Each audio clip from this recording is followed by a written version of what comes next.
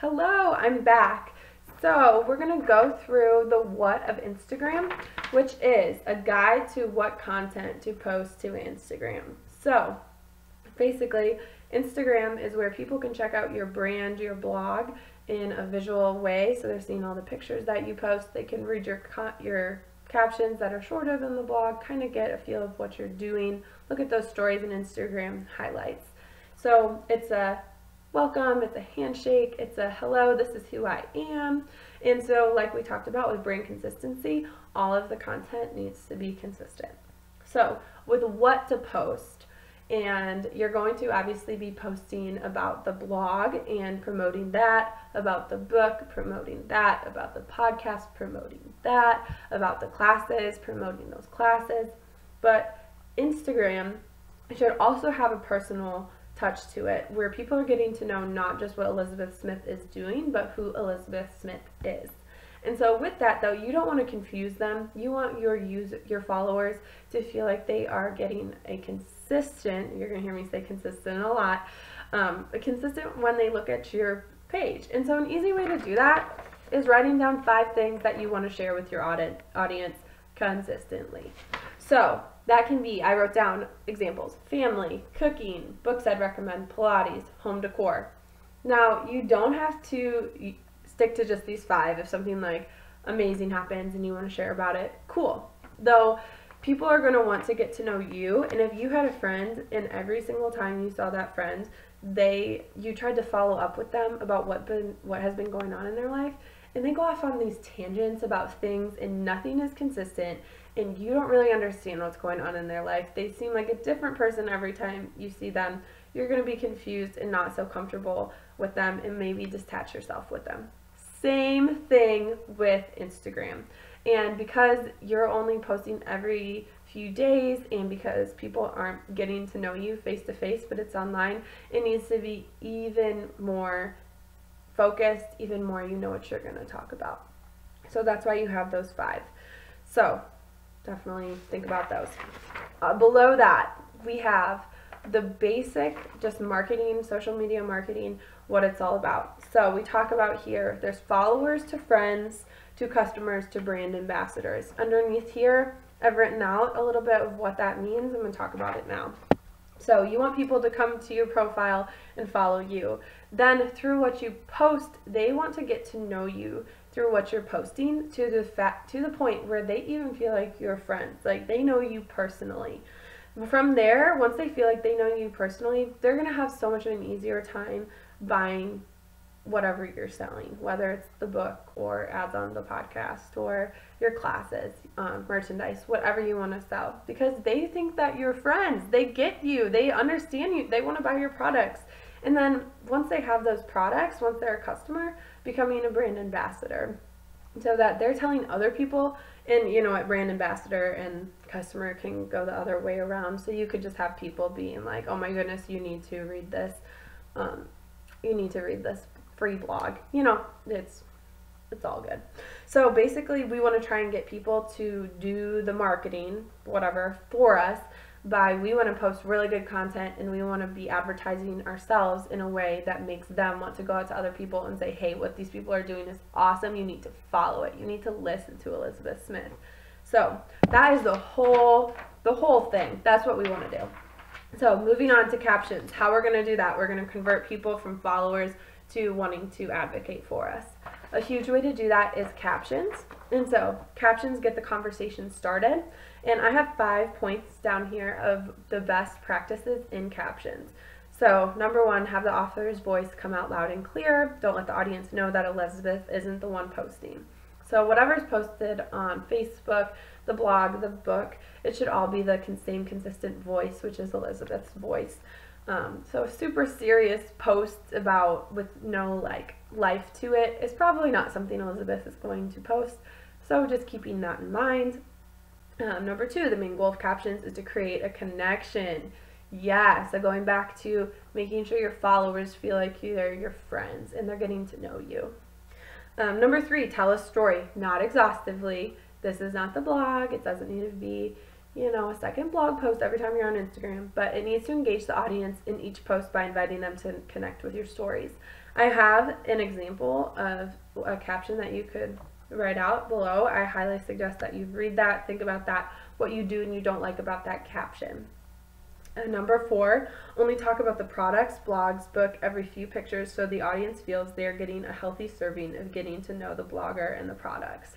I think that's super great. You want to have your followers and you want to give free content. Read my blog. Here's my podcast. This is all free. And then ask, I've given you guys these great products.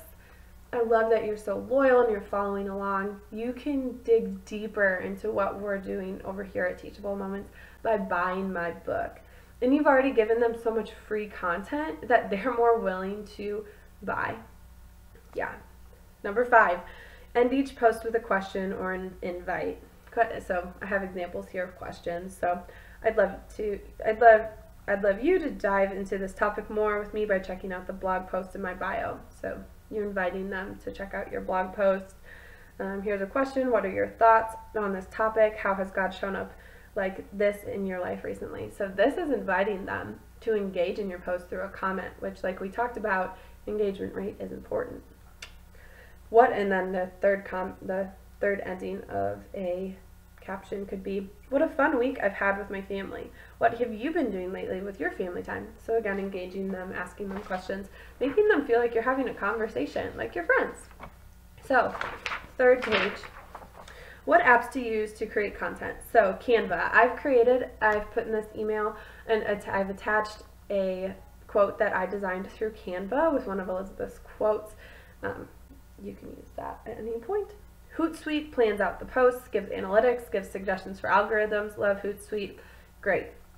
The Preview app, an app that assists with aesthetics, analytics, and planning of posts.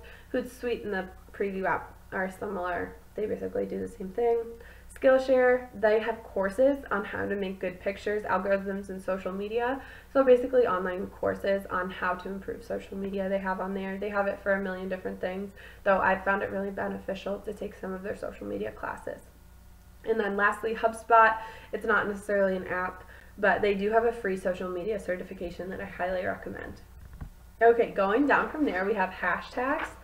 So hashtags, I have a helpful article, just understanding what hashtags do and how they can help you out as a business. That's a helpful article. Number 2, clicking or tapping on a hashtag word in any message shows you other posts that include that hashtag. So if I were to hashtag my post, hashtag blessed, if you clicked on hashtag blessed, you could see everyone else who has ever posted a picture with hashtag blessed. So moving on with that, that's important to know with your blog and your Instagram posts, because consistent hashtags are a great way to collect your posts about your blog, products, and a way to see what others are posting about your blog or product. And hashtags can direct new users to your profile. So if you hashtag Monday Devotion and someone types into the search bar in Instagram, hashtag Monday Devotion, they could stumble upon your account and then follow you. And then because of the great content that you're creating, we bring them through that whole line of a follower to a friend to a customer to a brand ambassador, and you're now creating revenue off of someone who found you through a hashtag. That's amazing. So lastly, with hashtags should be thoughtful and organized. So bad example of hashtag use, don't do it. Today I was hashtag blown away by my study in hashtag Philippians. I am thankful that hashtag scripture never seems to hashtag get boring after hashtag years of reading the same hashtag passages. No ma'am. Examples of good hashtag use is, today I was blown away by my study in Philippians. I'm thankful that scripture never seems to get boring after years of after reading the same passages. Hashtag Monday Devotions, hashtag Teachable Moments, hashtag Blessed, hashtag Chicago Blogger. So it's organized, it's at the end, people can find you by doing that. I also would recommend that every time you post, you do have hashtag Teachable Moments. That way when people post about teachable moments, they know that they can all collect what they're posting, and you can collect what you're posting in one hashtag so you can look back on it. So I gave some examples of some really great bloggers who have some really great Instagrams that I think that we could get to. So this is Shauna Nyquist, and she has 138,000 followers.